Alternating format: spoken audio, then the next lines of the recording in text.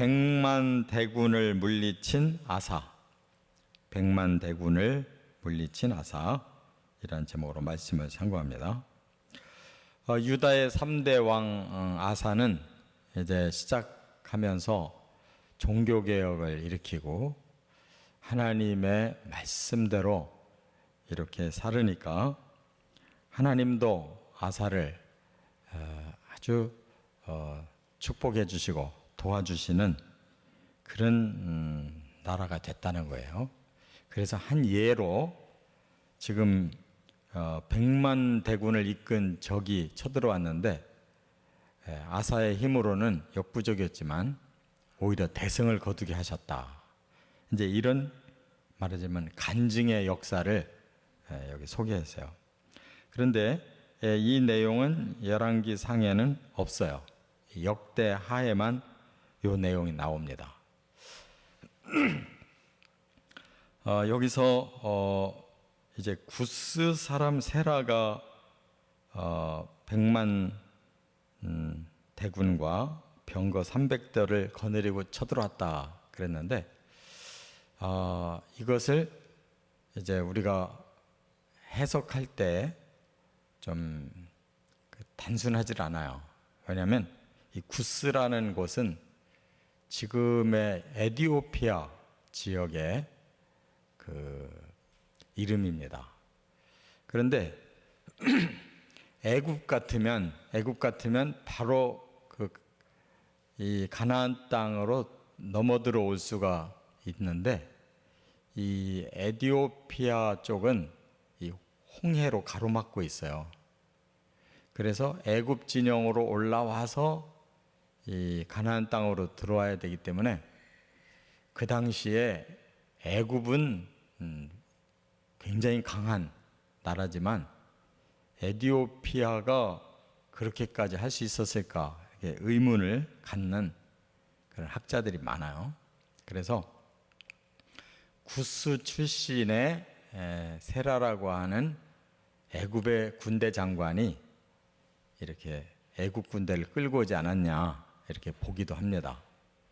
이제 그거는 이제 좀 더 깊이 연구하는 학자들의 이제 따질 일이고 우리는 어떻든 유다 나라에 이 나라든 저 나라든 100만 대군이 쳐들어왔다는데 이제 중요성이 있어요.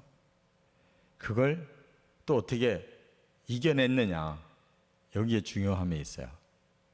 그래서 우리는 영적인 교훈을 여기서 찾도록 하겠습니다. 첫째, 9절부터 11절 상반절에 보면 역부족임을 알고 하나님께 도움을 청했다. 이게 중요해요. 우리 앞에 어떤 시련이 왔다. 이것이 내 힘으로 가능한지 불가능한지 우리 나름대로 이제 판단을 하잖아요. 그 다음에 이거 어떻게 하면 되냐, 그 다음에는 어떻게 이걸 해결해야 될 거냐 하는 문제가 닥칠 때 사람들은 여러 가지 이제 방법이 나와요. 뭐 바로 꿇어 엎드려서 항복을 하든지, 뭐 죽기 살기로 한번 싸워보자든지. 그런데 아사는 신앙의 사람이기 때문에 그 문제를 하나님께 도움을 청했다. 이게 중요하다 그 말이에요.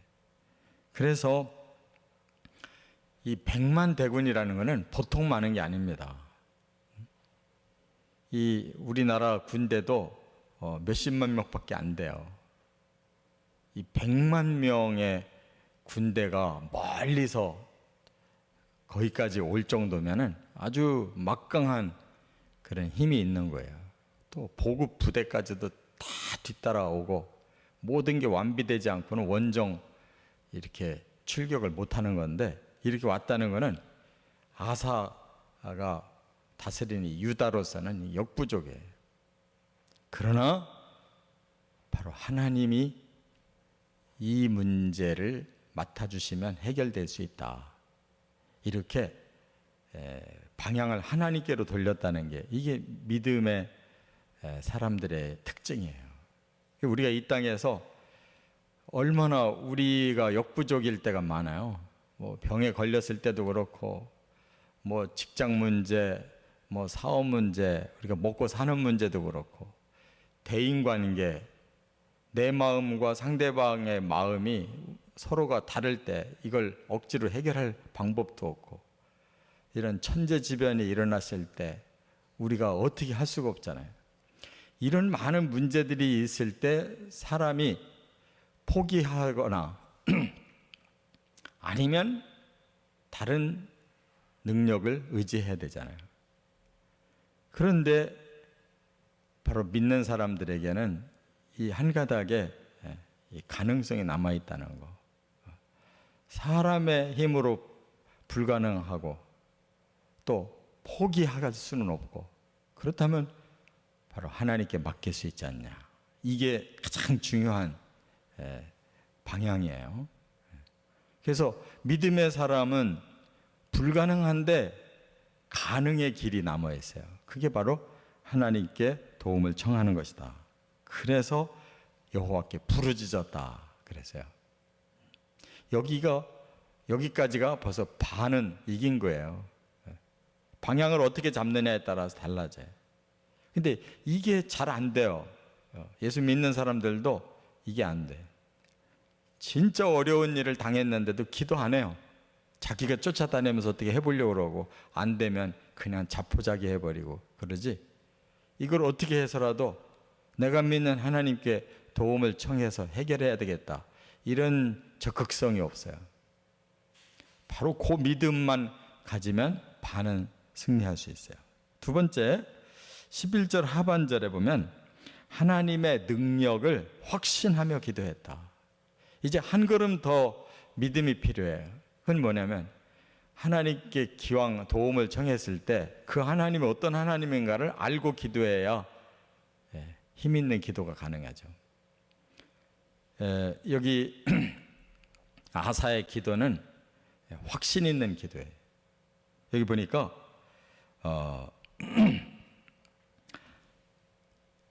강한 자와 약한 자 사이에 계시는 하나님이 우리를 도와주십시오 할 때는 하나님은 약자의 하나님이라는 것을 전제하는 거예요. 강한 자야 뭐 하나님 도울 필요가 없잖아요. 강하기 때문에 자기들 힘으로 밀어붙이잖아요. 그게 바로 지금 백만대군이 의미하는 거예요. 백만대군이 강한 자들인데 지금 약자는 바로 아사와 유대 군대라는 거예요. 하나님은 약자를 도우신 하나님이다 라고 믿어요. 그게 맞아요. 하나님은 사람과 달라요.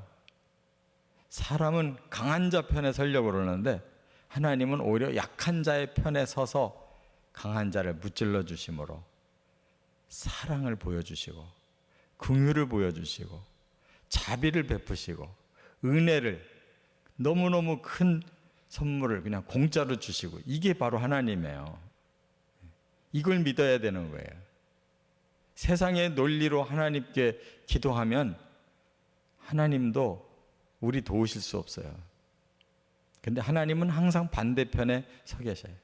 그래서 하나님이 사랑의 하나님이고 은혜의 하나님이고 약자의 귀를 기울이고 도와주시는 그런 전능하신 하나님이다, 그 말이에요. 우리가 그런 하나님을 믿는 거지, 강자의 편에 서서 축복만 하시는 하나님이라면 우리가 어떻게 하나님을 의지해요? 때로 우리가 잘못해서 벌을 받을 수도 있는데 벌을 내리시는 하나님으로만 알면 어떻게?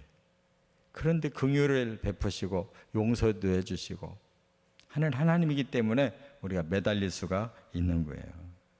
그러니까 우리가 하나님을 믿을 때는 이런저런 세상의 이치를 자꾸 따지지 말고 무조건 나와 같이 연약한 자를 하나님은 결코 내치지 않고 약하든 병들었든 또 우리가 죄를 졌든 어떤 상황이든지 약한 자를 하나님께 도움을 청하면 도와주시는 세상의 사람과는 다른 내 하나님이라는 것을 꼭 믿어야 돼요. 그래서 여기 보니까 하나님밖에 없습니다 그랬어요. 하나님밖에 없습니다. 하나님밖에 없을 그 상황까지 가서 정말 우리가 진실로 하나님께 매달리는 게 그게 믿음이에요. 하나님 밖에도 또 누가 도와줄 사람이 있다면 그 기도는 그렇게 절절한 기도가 될 수가 없는데 하나님 밖에는 없습니다. 할 때는 이건 목숨 걸고 기도하는 거예요. 이런 믿음이 필요해요. 끝으로 세 번째는 12절부터 15절에 보니까 하나님이 응답하사 대승을 거두었다 하는 거예요. 이 놀라운 기적이 일어난 거죠. 근데 여기에서 하나님이 어떻게 도우셨는지는 구체적인 사건은 말씀하지 않아요. 그러나 그 대군이 쳐들어왔다가 물러날 때에는 그들에게 어떤 상황이 닥친 거죠. 그래서 뭐 자연적인 어떤 재앙을 하나님이 일으키셨든지 어떤 피치 못할 상황이 생긴 거예요. 그래서 그들이 물러가기 시작하니까 아사 군대가 그냥 추격을 해가지고 국경 너머까지 쫓아갔다는 거예요. 그러니까 이러한 응답은 바로 기적이라고 말하는 거예요. 우리들이 상식적으로 판단이 안 되는 상황이 벌어질 때가 있잖아요. 근데 사람들은 그런 상황이 오면 이건 우연이 됐다, 재수가 좋아서 됐다, 이렇게 또 둘러붙여요.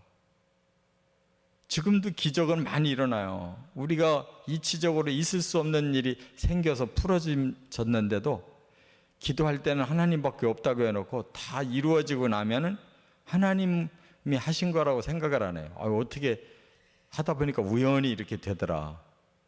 재수가 좋았다. 이래요, 사람들이. 하나님이 살아계시고 하나님이 세밀하게 우리의 기도를 듣고 우리가 구한 것보다 더 완벽하고 더 멀리 내다보고 후유증이 없도록까지 해주시는 하나님의 세밀한 그 은혜를 우리가 깨닫지를 못하면 안 돼요. 그래서 지금 아사에게 하나님이 최대한 지원을 해주고 축복을 해주는 거예요. 왜? 그가 하나님 앞에 신실하니까. 다윗 이래로 처음으로 아사가 나라를 제대로 다스리니까 하나님이 이런 기적도 주신 거예요. 우리가 바로 그런 영안을 가지고 기도하시고 해결이 될 때 하나님께 영광 돌리시고 승리로운 삶을 살아가시기를 주의 이름으로 축원합니다.